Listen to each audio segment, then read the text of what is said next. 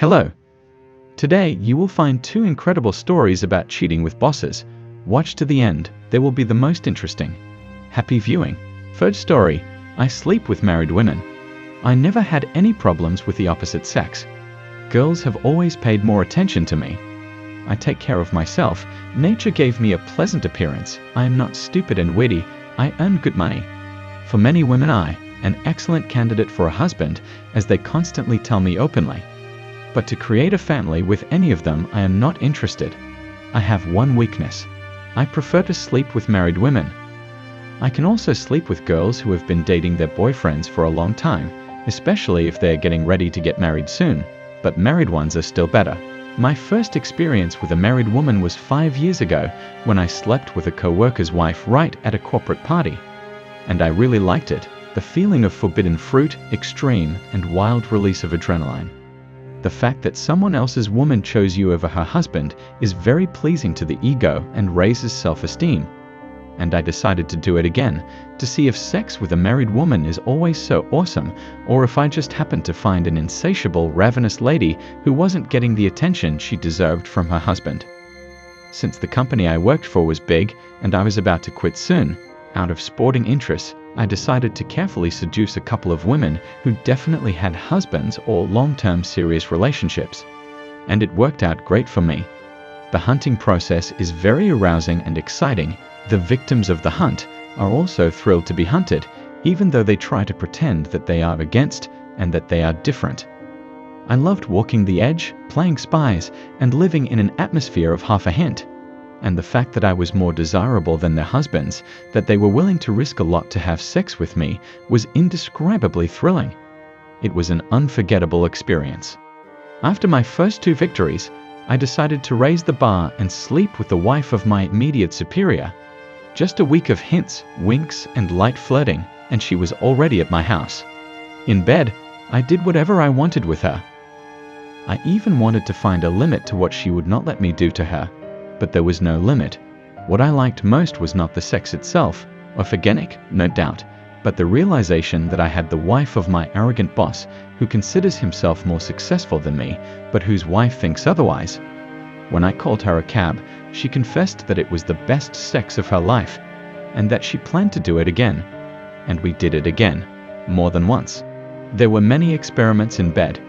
The more I insulted and humiliated her, the more she liked it. Maybe she had her own score with the husband, maybe she just liked hard sex, or maybe all women secretly dream of being treated that way. I can't say for sure. But it was the same with the women I then had hard sex with. Perhaps shy, sweet romance modern women are bored, and they want at least once in their life to give themselves completely to a real man. Mine office romance with the wife of my boss lasted 4 months, after which we broke up. She found out that I was sleeping with another colleague of ours. Started a scandal and demanded that I break up with her. Yeah, right. Going on the orders of who knows who and why, I do not smiled, and I left her. What did she do? She didn't do anything. Not her husband to complain to, really. Here is another advantage of a relationship with a married woman.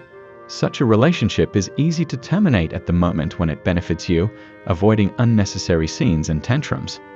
Although I made the right conclusions from my relationship with this temperamental lady and no longer have mistresses among my colleagues at my current place of work. Soon I found a better job, quit my job, and gradually all sexual contact with colleagues came to naught. But I like sleeping with married women very much. Free girls no longer attracted me. I had to do something, somewhere to look for new females. The internet was the answer.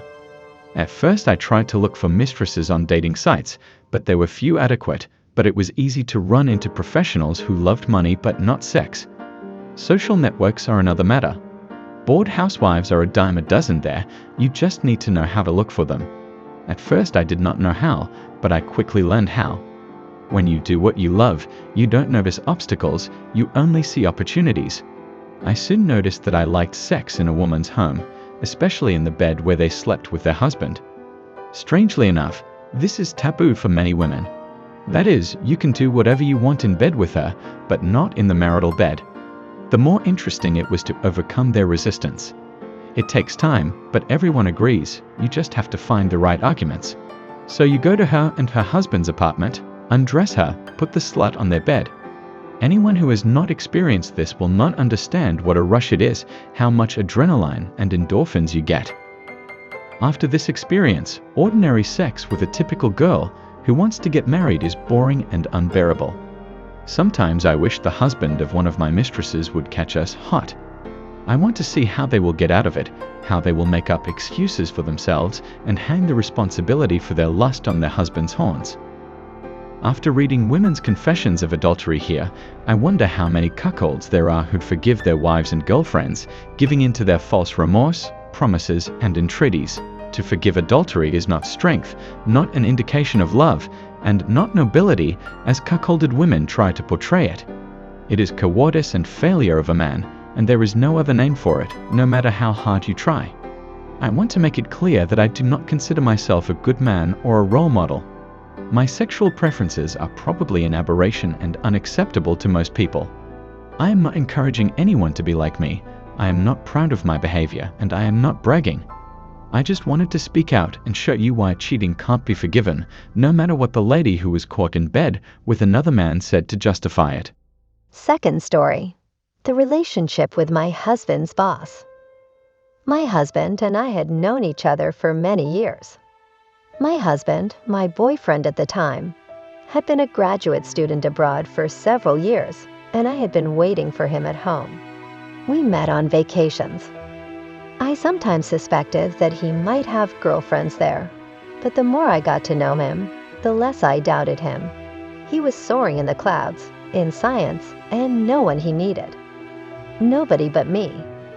Eventually, he defended himself and came home.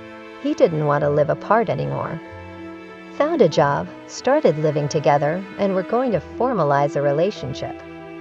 The main problem was that my boyfriend was already used to living in the West, and it was hard for him to live in Russia again.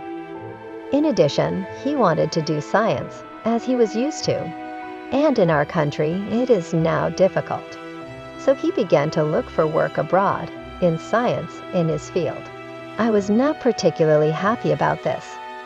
I had a good job at home myself and my parents, and I had nothing to do abroad, and I am very weak in languages. After a while, he came home happy because some famous professor was ready to take him on an internship.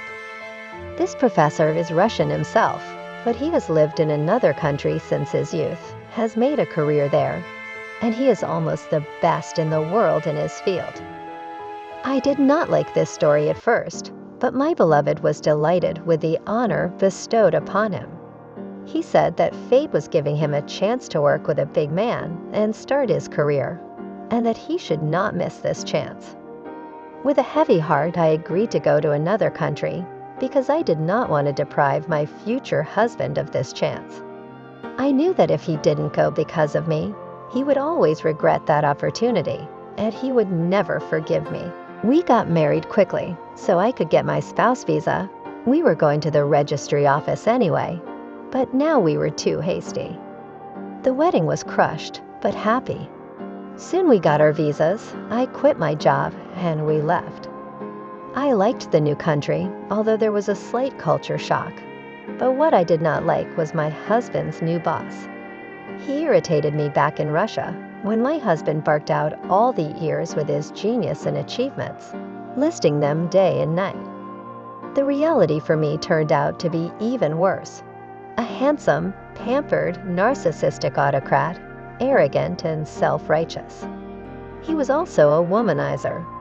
He immediately made it clear that everyone around us is mediocre, and only by listening to him can we succeed. Moreover, he said that their scientific direction unpromising, that my husband is a knave uneducated, once chose this theme and came, but that there is no way he will put my husband on his feet, and me to attach, if we listen to him. I was in complete shock, and my husband, on the contrary, was absolutely delighted with his idol, and said that I was unfair to our benefactor. I have to hand it to him. This man spent a lot of time and effort on us. As he claimed, he brought us to this country, so he was responsible for our present and future. He rented us a place to live, picked us up at the airport, gave my husband a very good salary, and helped with many other things. But it annoyed me that he was always sticking his nose into our affairs, telling us what to buy, what to eat, etc.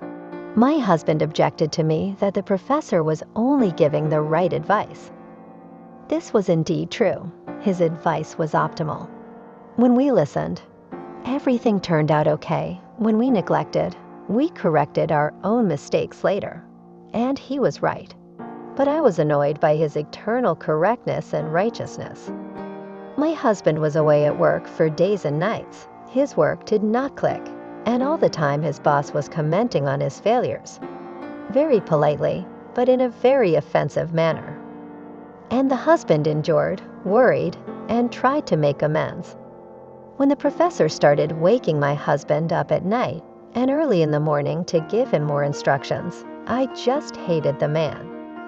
One day I brazenly answered his call myself, saying that my husband and I were in bed and asking him not to disturb me after hours. My husband was horrified, and the professor laughed back that I was a stroppy girl, but if I listened to him, he would make a good scientist's wife out of me. I couldn't work, so I had a lot of free time. I took courses, kept house, helped my husband as much as I could. And then my husband set me up to help the professor's wife with the household. They have a small child, and she did not cope well, and with such a finicky husband. I was generally struck by this woman. She loves her husband very much, gave him her whole life, as I did hers, I thought at the time. And the professor outwardly treats his wife neglectfully, demanding, shouting. I felt sorry for her. Besides, the whole town knew that the professor was sleeping with her friends. How could she stand it? At first I was very uncomfortable being in their house. I changed my mind when the professor's wife and child got seriously ill with the flu. I was amazed at the care this dryer surrounded them with, the best medicine, the best doctors, the best care. A year later, I knew a lot more about the professor and his family. I still disliked him, but I became interested in him as a person. It turned out that he was not a braggart and a tyrant, but a perfectionist. Everything he touches has to be the best it can be. The apartment must shine clean, the clothes must be comfortable and beautiful, the food must be healthy, and the science must be the most advanced. And this requires great sacrifice from himself and from those around him. I realized that he really is a very big scientist, getting big grants and being published in the best journals. He is ruthless in dealing with his competitors, but takes care of his people day and night. I saw for myself how he saved my students' defense. It's the same with everyone. He does not pity his colleagues, scolds them, makes them work hard, but he does not spare himself to help them either. My husband has made great progress in a year, has published 2 very strong papers, has mastered many new things, and now he has good prospects for his own academic career. So the boss's late-night phone calls were not in vain. I also learned to separate the professor's bravado from serious criticism.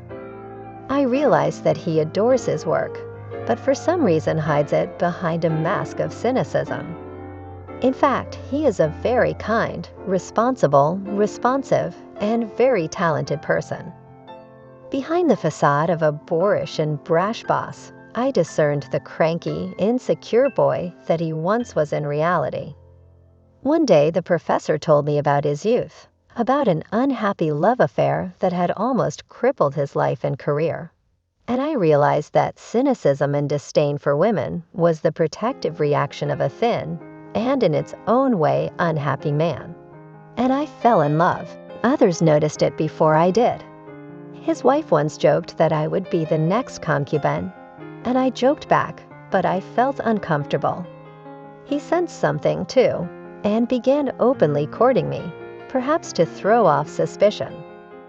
One day, he joked in front of everyone that it was time for him to exchange his old cow for a young one. My husband did not take these advances seriously because he could not think that his idol and his wife could cheat on him. He willingly joked about it, but I was not in the mood for jokes. I restrained myself as best I could, but I was not long enough. In September, the professor sent my husband on a month-long business trip to the United States. My husband left, and I stayed behind. The professor started taking me to restaurants and outings every night. He joked that he had summoned me to this country in addition to my husband, and while my husband was away, he had to replace him. 2 weeks later, he gave me a beautiful, expensive ring, and the same night we became lovers. If it weren't for the meanness to our other halves, it would have been a real wedding night. It was the first time I truly opened up as a woman, bodily and spiritually.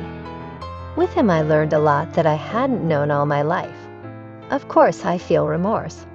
I still love my husband, but the professor is an improved version of him. Everything is the same, only better. My husband now seems like a demo version of my lover. My husband is kind, smart, goal-oriented, talented, handsome, athletic, sweet. I loved him for that. And the professor has all the same qualities, but he is even more generous, intelligent, talented, successful, handsome, and sexy. Could I not fall in love? After all, the professor is my husband's idol. My husband dreams of becoming one, takes his example. So I fell in love with his idol, his ideal. For 4 months I'm between them. Realistically, I love the same lover in 2 faces.